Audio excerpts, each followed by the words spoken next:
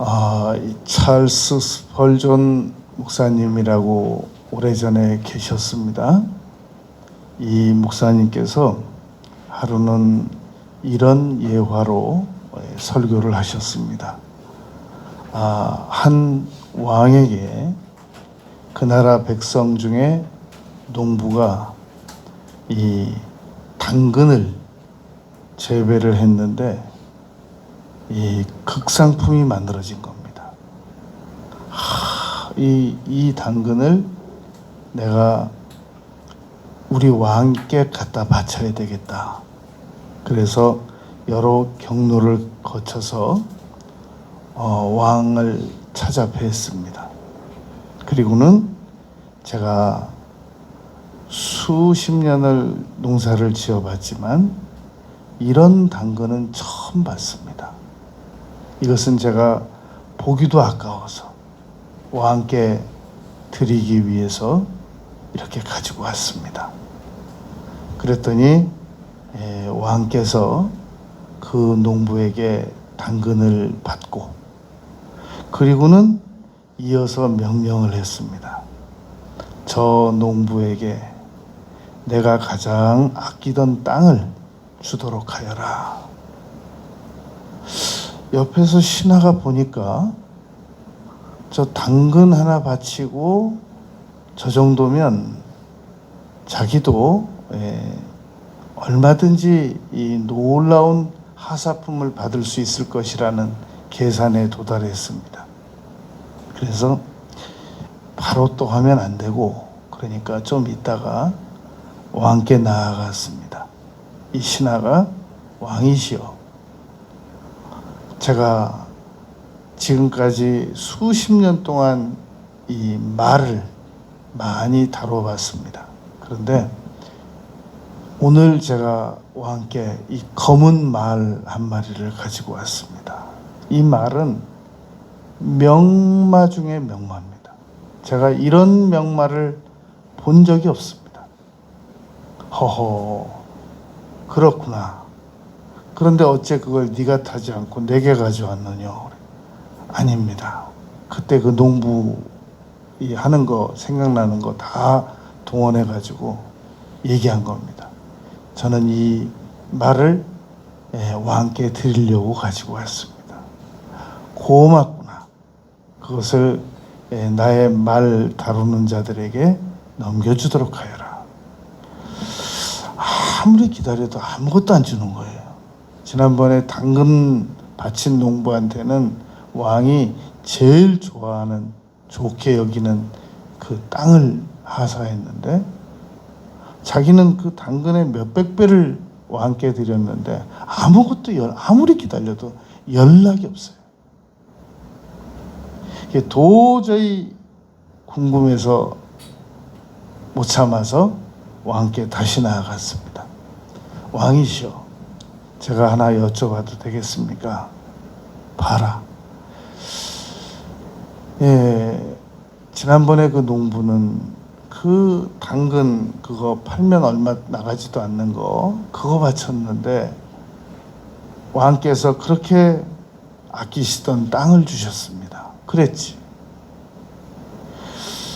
저는 그거와 수백 배 더 비싼 명마, 그 색깔도 검은색 그거 잘 나타나지도 않는 그 말을 드렸는데 어떻게 저는 아무 연락이 없으십니까? 왕이 대답했습니다. 이유인즉슨 그 당근을 나에게 바친 농부는 정말 나를 사랑해서 바친 거다. 그 당근 얼마 나가지도 않는 거 값으로 따지면 그걸 자기가 오랫동안 재배해보고 나서 정말 이건 손대기도 아깝다. 그래서 나에게 가지고 온 것이니라. 그래서 내가 그 마음에 감복하여 내가 아끼던 땅까지 주었느니라.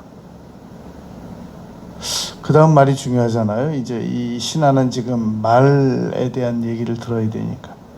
그런데 그 말은 그건 네가 나를 위해서 바친 게 아니고 너 자신을 위해서 바친 거니라. 나에게 무엇인가를 받아내기 위해서 너는 그 말을 가져온 거지. 너는 그 말을 정말 나를 사랑해서 준 게 아니다. 그러니까 그 정도면 내가 네 말 그거 필요 없는데 받아준 것만 해도 너는 고마운 줄 알아야 된다. 이렇게 대답을 했다는 겁니다. 여러분, 우리가 하나님께 예배를 드리는 스타일을 크게 세 수로 나눕니다. 한 스타일은 내가 예배를 드려줬으니까 뭘 주시겠습니까? 이런 스타일입니다. 두 번째 스타일은 예배 안 드렸다가 괜히 매 맞을 것 같으니까 예배를 드리고 그 다음 일을 진행하자라고 하는 안전주의가 있습니다. 세 번째는 하나님께 아무것도 바라지 않고 예배 안에 있는 하나님을 만나 뵙는 요소, 기도드리는 요소, 회개하는 요소, 이런 여러 가지가 아우러져서 하나님께 드리는, 하나님을 사랑해서 예배를 드리는 그런 스타일이 있습니다. 그런데 너무나도 많은 사람들이 자기 마음 안에 자기 자신을 위한 마음, 우상의 마음이 담겨져 있는데 이것을 잘 분별을 못합니다. 그게 우상인지 신앙인지 이걸 잘 구별을 못한단 말입니다. 성경에는 우상이라는 단어가 총 180번 기록이 되어 있습니다. 처음으로 성경에서 우상을 다룬 구절은 출애굽기 20장 4절에 십계명에서 너를 위하여 새긴 우상을 만들지 말고 어떤 형상도 만들지 말라. 우상을 만드는 것이다 라고 정의를 합니다. 우상은 자연이 나에게 다가온 게 아니라 우상이 나에게 만들어진다라는 겁니다. 그러니까 이 우상이 어떻게 해서 만들어지는 것인지 우리가 그 내용을 알 수 있어야 한단 말입니다. 어떻게 우상이 만들어질 수 있느냐. 그 경로를 알면 우리가 안 만들면 될 거 아니에요. 제작을 안 하면 될 거 아니냐 말이죠. 그 다음에 180번째 기록되어 있는 우상이라는 단어는 계시록 22장 15절에 기록이 되어 있습니다. 우상 숭배를 하는 자들은 다 성 밖에 있으리라. 천국 못 들어온다라는 얘기입니다. 심각하잖아요. 이게 우상 섬기면 새 예루살렘과 새 땅에 못 들어온다는 얘기인데 천국 못 간다는 얘기인데 심각하단 말이에요.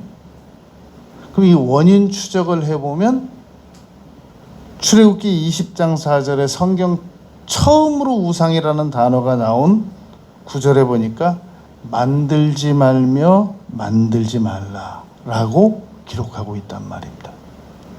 오늘 우리는 어떻게 하면 우상을 만들지 않을 수 있는가? 그것을 5가지를 공부하려고 합니다. 첫 번째로 우상을 만들지 않으려면 우상이 뭔가, 우상이란 무엇을 우상이라고 하는가? 이걸 먼저 알아야 됩니다. 여러분 우상은 구별하는 방법이 있습니다. 내 마음에 우상이 무엇인가 이게 잘 안 드러나거든요. 우리가 우리 몸속에 있다고 다 우리가 육안으로 확인할 수 있는 게 아니잖아요. 그래서 MRI도 찍고 엑스레이도 찍고 초음파 검사도 하고 그것도 아주 전문 선생님들이 봐야 식별이 가능하지 우리가 봐가지고는 잘 구별이 안 됩니다. 수십 년간 훈련받은 그 전문 선생님들이 봐야 식별이 된단 말입니다. 그러니까 우리 마음속에 우상이 있다는 거 잘 구별이 안 되거든요. 어떻게 구별할 수 있느냐? 세 가지 방법이 있는데요. 아침에 눈 딱 떠서 제일 먼저 생각나는 거. 그게 나의 우상일 가능성이 아주 높습니다. 두 번째 구별 방법이 있는데요. 내가 지금 당장 100억이 생기면 내가 그걸로 무엇부터 할 것인가? 11조 저 10억 드리고요. 그런 거 말고 그 11조 10억 드리고 난 다음에 그 돈 가지고 뭐 할 거냔 말입니다. 세 번째 방법이 알프레드 애들러가 이 사람 심리학자인데 아주 좋은 지적을 했습니다. 어떻게 하면은 마음속에 우상을 분별해낼 수 있습니까? 라고 물으면서 이렇게 말했습니다. 당신이 무엇을 위해서 살고 있느냐? 라고 물어보면 스스로에게 내가 지금 무엇을 위해서 살아가고 있느냐? 이렇게 물어보면 우상이 드러나지 않을 거 아니냐. 그걸로 안 드러난다는 겁니다. 알프레드 애들러가 좋은 지적을 했습니다. 만약에 우리가 당신 무엇을 위해서 삽니까? 그러면 나야 국가와 민족을 위해서 살고 내 가족을 위해서 살고 내가 하나님을 위해서 살고 이렇게 대답해서 이게 안 드러난다는 겁니다. 우상이. 그럼 어떻게 물어봐야 되느냐? 당신 없으면 못 살겠는 게 뭐냐? 이렇게 물어봐야 된다는 겁니다. 당신 없으면 못 사는 거. 그걸 물어봐야 그 사람의 우상이 드러날 수 있다는 겁니다. 여러분, 에스겔서 14장 3절에 보면 이 사람들이 자기 우상을 마음에 들이며 우상은 마음에 숨어 있는 겁니다. 그래서 여간에서 드러나지 않습니다. 바울 사도께서는 골로새서 3장 5절에서 탐심은 역시 마음이에요. 탐심, 욕심은 우상숭배다. 하나님께서 허락하신 것보다 더 요구하는 거. 조금만 더 주세요. 그게 곧 우상숭배다라는 얘기입니다. 그러니까 우상을 가지고 있는 사람들은 하나님보다 더 중요하게 여기고 하나님보다 더 크게 여기면서 숨겨놓고 있습니다. 표시가 안 나요. 같이 사는 가족들도 서로가 서로의 우상이 뭔지 모릅니다. 왜냐하면 워낙 깊숙이 숨겨져 있기 때문에 그러하단 말입니다. 하나님만 알아요. 성경만 우리의 우상이 무엇인지를 들추어 보일 수 있단 말입니다. 두 번째, 마음의 우상을 가지게 되면, 마음의 우상을 가지고 살아가게 되면 여러 부작용이 일어난다는 겁니다. 여러분, 그런 얘기 들어본 적 있습니까? 이 여성들은 미모가 권력이래요. 그래가지고 그 미모로 권력을 삼아서 남자들을 막 좌지우지하고 오라 그러고 가라 그러고 그렇게 그 권력화하는 것이 여성들의 미모라는 겁니다. 그런데 거기까지만 알기 때문에 이게 나중에 수치로 변한다는 겁니다.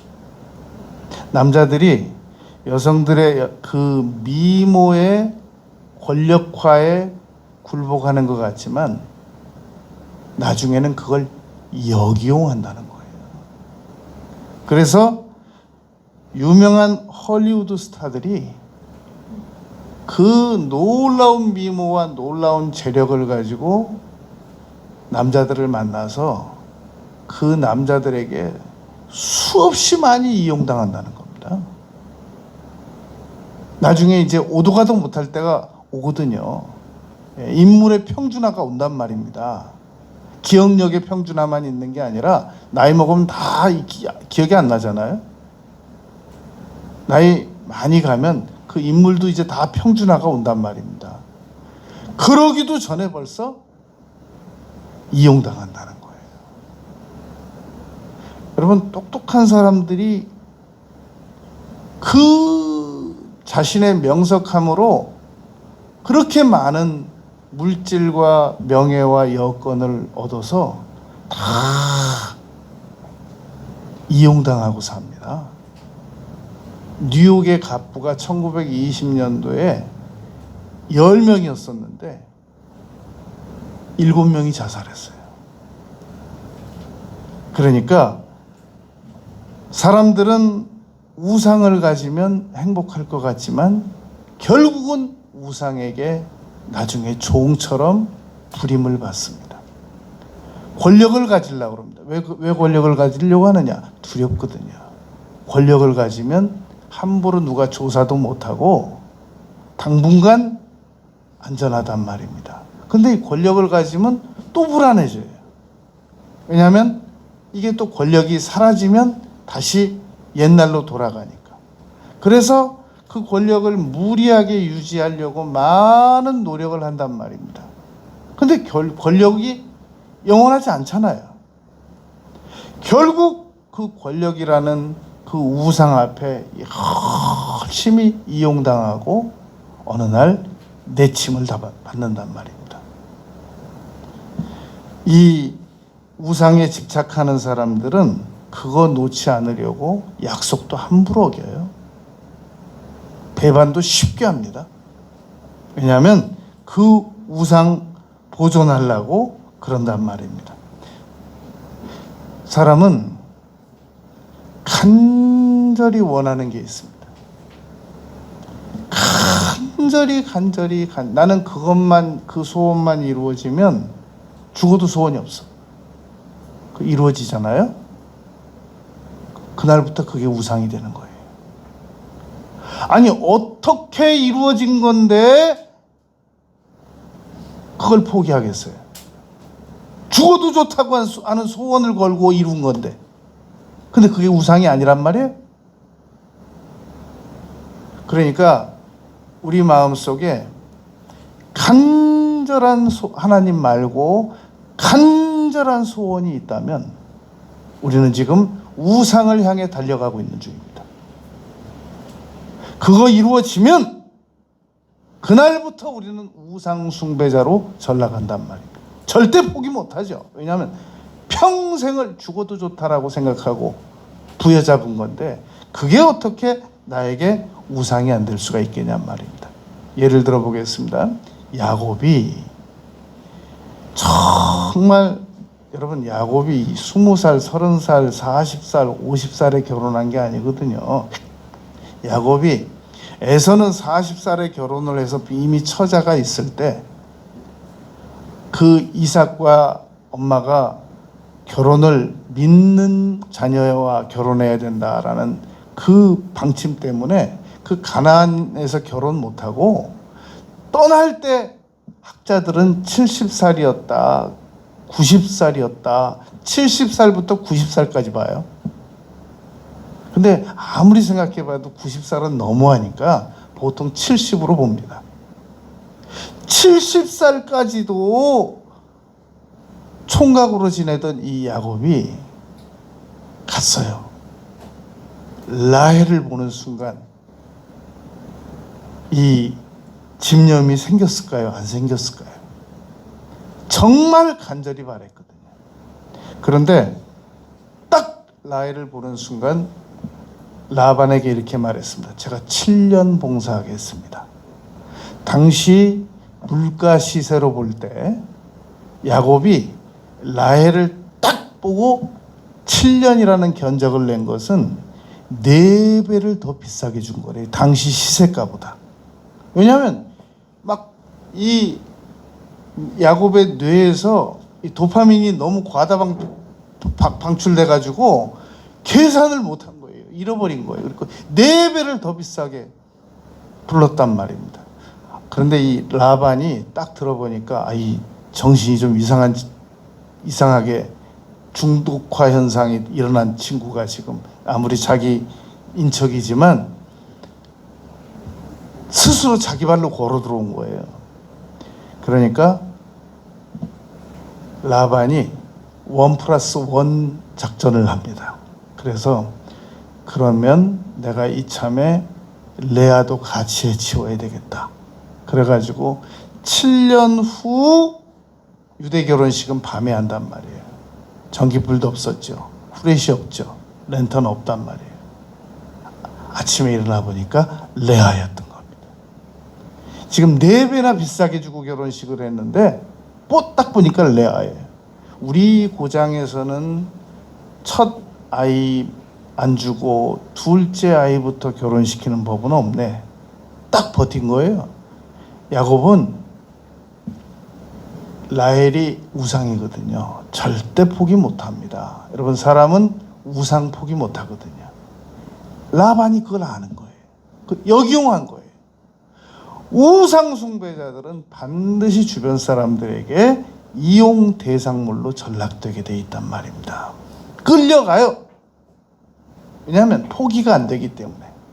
그래서 다시 7년 봉사해주고, 그리고 레아와 라헬을 둘 얻고, 레아의 여종 얻고 라헬의 여종 얻고, 그래가지고 라헬이라고 하는 우상 하나 얻으려고 하다가 아내가 4명이 된 겁니다. 우상을 숭배하는 사람들은 원치 않게 자기도 모르게 부수적인 일들이 계속 벌어지고 있다는 것을 나중에 깨닫게 된단 말입니다. 아브라함의 이 우상은 무엇이었는가?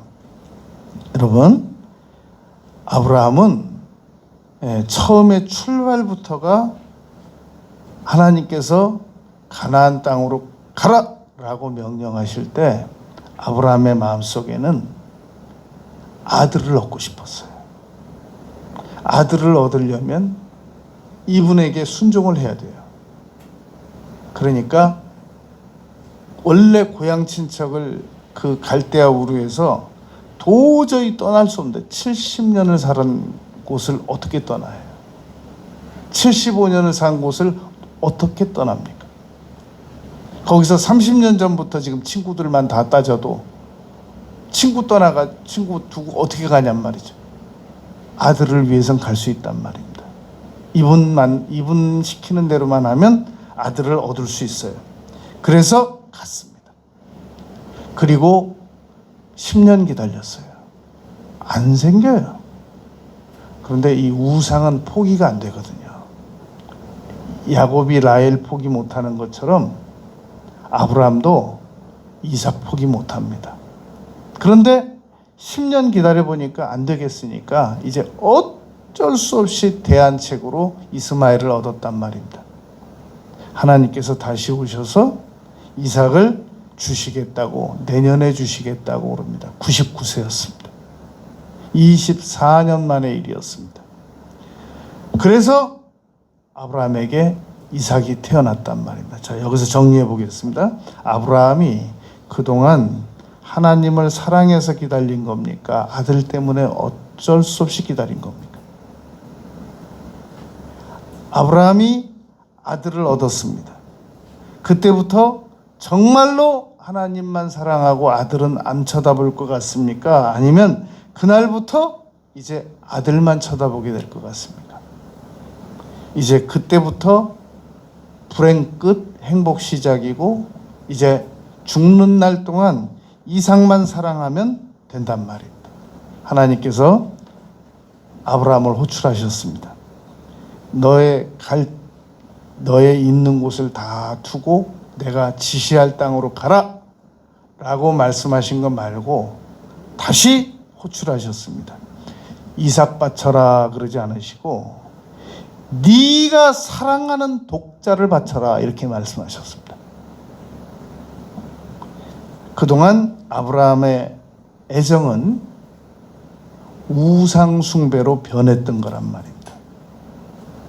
아브라함이 양심을 찔렸습니다. 양심에 화살 맞은 것처럼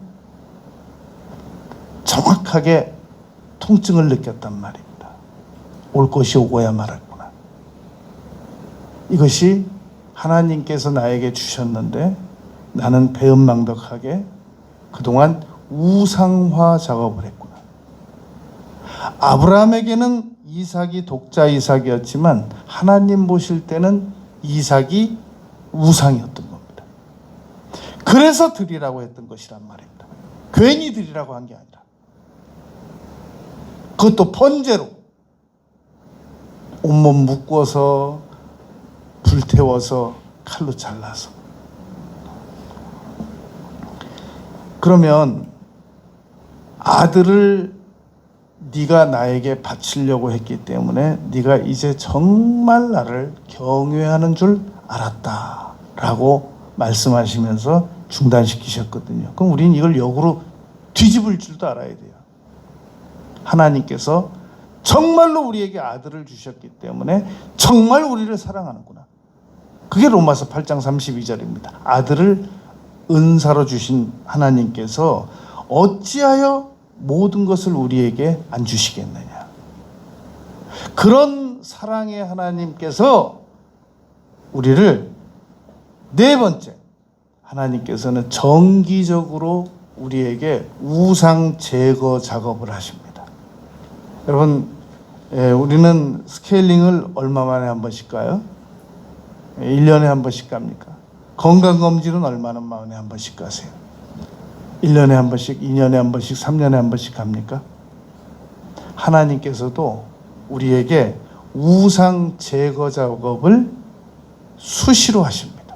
그냥 두지 않아요. 포기한 자식은 제거하지 않습니다. 그게 로마서 1장 24절입니다. 상실한 마음대로 내어버려 두사. 하나님께서 포기한 사람들은 우상 제거하지 않아요. 둡니다. 그냥. 여러분, 첫 번째가 나의 우상이라는 건 무엇인가? 두 번째가 우상을 우리가 가지고 있으면 여러 부작용이 일어난다는 것을 우리가 모르고 우상을 추구하고 우상을 좇고 포기하지 못하고 우상을 만든단 말입니다. 그리고 세 번째가 하나님께서 이삭을 아브라함에게 요구하셨던 것은 이삭을 요구한 게 아니라 우상을 요구한 것이었다는 말입니다. 그리고 네 번째가 하나님께서는 우리에게 정기적으로 우상 제거 작업을 수시로 하신단 말입니다. 칼빈이 이런 말을 했습니다. 인간의 마음은 우상 공장과 같다. 그런데 왜 10계명에서 1계명, 2계명에서는 우상을 만들지 말라라고 말했냔 말입니다.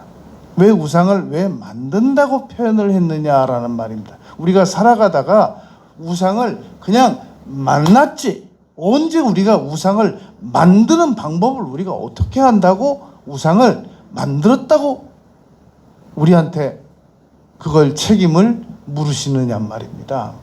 그런데 이사야 선지자가 이사야서 44장 9절부터 이렇게 말씀을 합니다. 너희는 우상을 만들어. 어떻게 너희가 우상을 만드는지 내가 예를 들어주마. 너희들은 산에 가서 나무를 심는다. 백향목을 심어 너희가. 그래서 나무가 자라.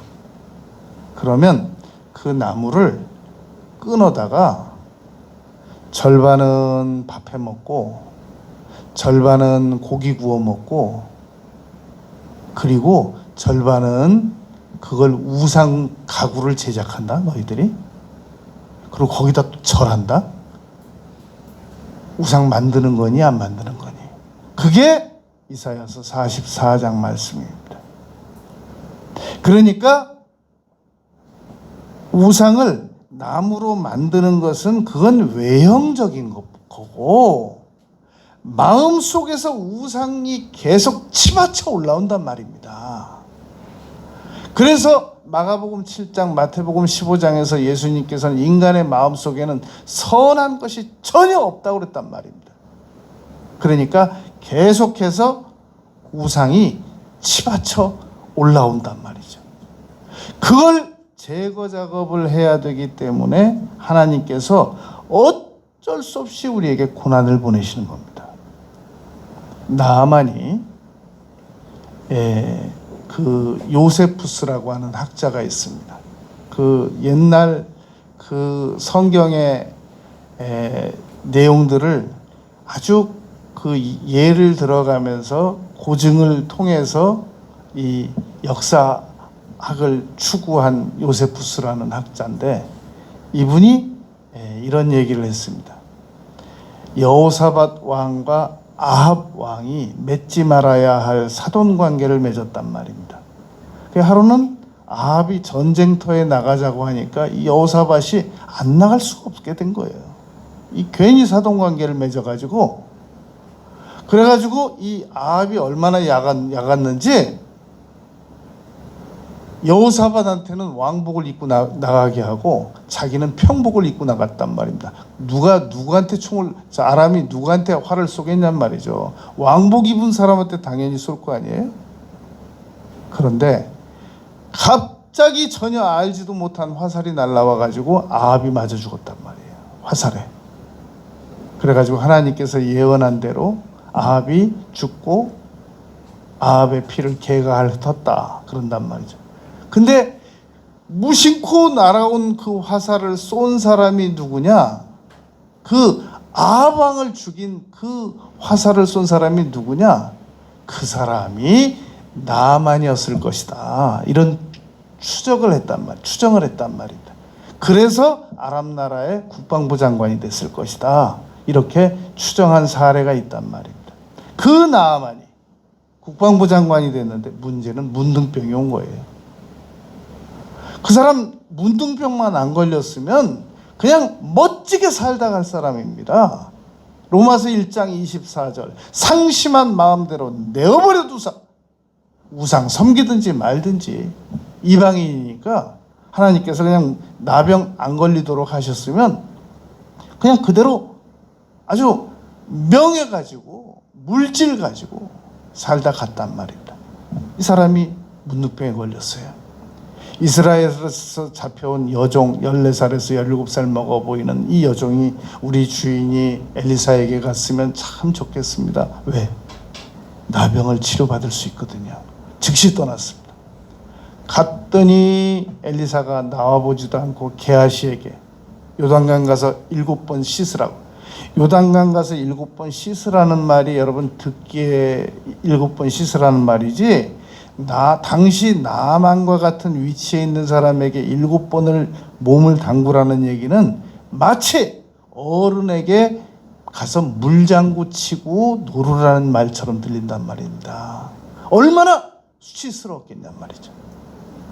나아만 입장에서 나아만과 같은, 지금 나아만은 만났다면 아람 왕이고, 아람 왕이 이스라엘 왕에게 친서를 줘서 왔는데 얼마든지 이스라엘 왕도 만날 수 있는 상황인데 자기 딴에는 겸손하게 왔더니 나와보지도 않아. 그리고 종한테 가서 요단강 가서 몸을 7번 담그래요. 교만을 깨트렸단 말입니다. 돌아가려고 그랬어요. 옆에 참모가 기막힌 말을 합니다. 나병만 나을 수 있다면 이보다 더한 것도 하겠습니다. 그 말이 또 들렸어요. 그 말이 믿어졌어요. 그래서 참고 가서 요단강 가서 7번을 신하들이 보는 앞에서 그 나병 걸린 부흥대 감은 몸을 가지고 들어갔단 말입니다. 나았어요.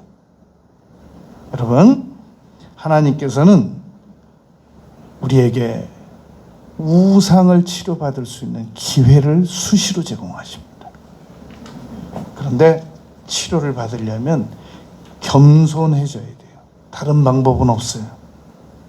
그래서 우리는 우상에서 빠져나오려면, 끝으로 다섯 번째, 우상에서 우리가 빠져나오려면 다른 방법이 없습니다. 인정해야 돼요. 나에게는 우상이 있다. 어떤 형태로든지 있다. 여러분, 서양 속담에 이런 말이 있습니다. 지하실 내려가는 계단을 천천히 내려가면 쥐를 못 잡는다. 갑자기 우다탕탕탕탕 하고 내려가야 쥐가 드러나는 법이지, 살금살금 내려가 가지고는 쥐들이 발각이 안 된다는 겁니다. 우리 마음속에 여러분, 우상이 있는지 없는지는 할렐루야, 아멘, 믿습니다, 이럴 때는 안 드러난단 말이에요.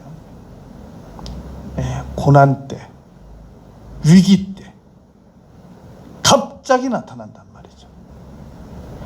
오늘 본문 말씀을 보면 여러분, 이사야서 57장 13절, 14절, 15절에 보면 하나님께서는 우상 분별법을 가르쳐주고 계십니다. 13절에서 첫 번째, 네가 부르짖을 때에 네가 모아놓은 우상들에게 너를 구원하게 하라. 고난 때, 위기 때 그동안 네가 의지하던 우상에게 도와달라고 요청해보라 라는 얘기입니다. 여러분, 지금 우리에게 극심한 고난이 왔어요. 그런데 그 사람의 우상은 자기 자녀예요. 그럼 자녀한테 도와달라 그 말이라는 얘기예요. 아니, 네 우상이 네 자녀잖아. 그러니까 네 자녀한테 도와달라고 그래. 그러고 한번 봐. 어떻게 하나. 도와줄 수 있나 없나 한번 봐. 그게 13절입니다. 네가 부르짖을 때 네가 그동안 모아놓고 정성 들였던 그 우상에게 너를 건져달라, 이 고난에서 건져달라라고 한번 얘기해봐라. 네 우상이 돈이잖아. 그러면 그 돈에게 가서 생명을 연장시켜달라고 한번 해봐. 네가 모아놓은 20조 원이라는 돈이, 수십조 원이라는 돈이 너의 생명을 단 하루라도 연장시켜 줄 수 있는지 한번 요청해봐. 되나?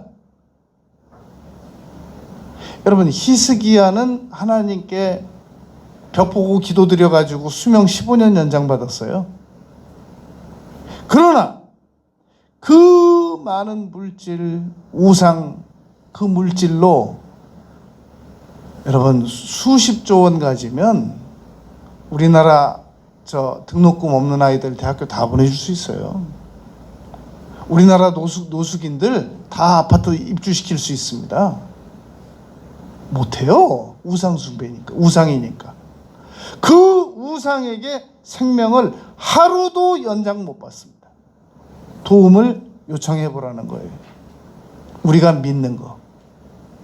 명예가 원수라고 그러잖아요. 여러분, 우상이 뭔가? 우상 중에 우상이 무엇인가? 우린 대부분 물질, 명예, 권력, 건강, 일, 자녀, 관계, 이런 것들을 우상으로 본단 말이에요. 이걸 한마디로 줄이면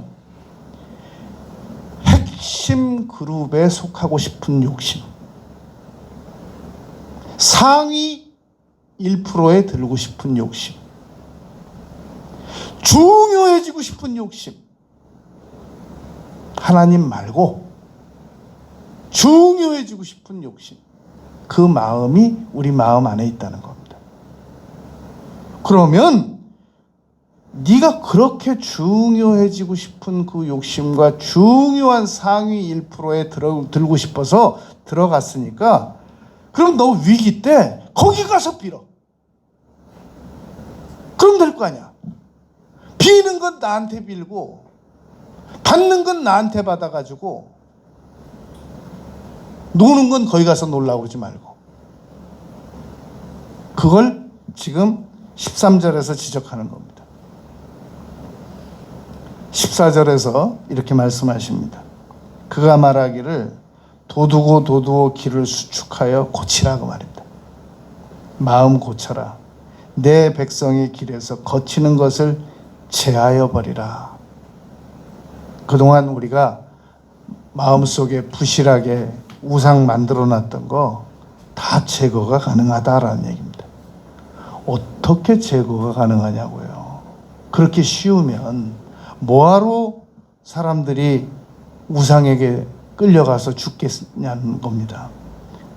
방법이 있다는 겁니다. 15절에 지극히 존귀하며 영원히 거하시며 거룩하다 이름하는 이가 예수 그리스도의 이름을 사용하는 겁니다.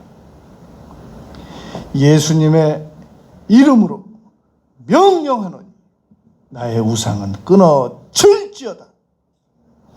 예수님의 이름으로 명령하노니 나를 속이고 나를 불필요하게 잘못된 길로 나가게 만든 거짓 우상아 떠나갈지어다.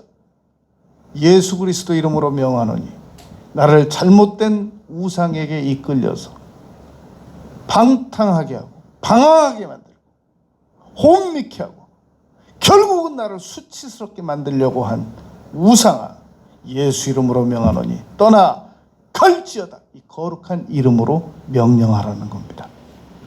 우리는 여러분 남은 생에 우상을 반드시 다스리면서 살아갈 수 있습니다. 기도드리겠습니다. 아버지 하나님, 저희들이 잘못된 우상에게 속아서 이날까지 살아왔습니다. 더 이상 남은 생애 동안 헛된 우상에게 끌려다니지 아니하고 오직 하나님 한 분만 마음을 다하고 뜻을 다하고 목숨을 다하여 살아가는 저희들이 되겠습니다. 예수님 이름으로 기도드렸습니다. 아멘.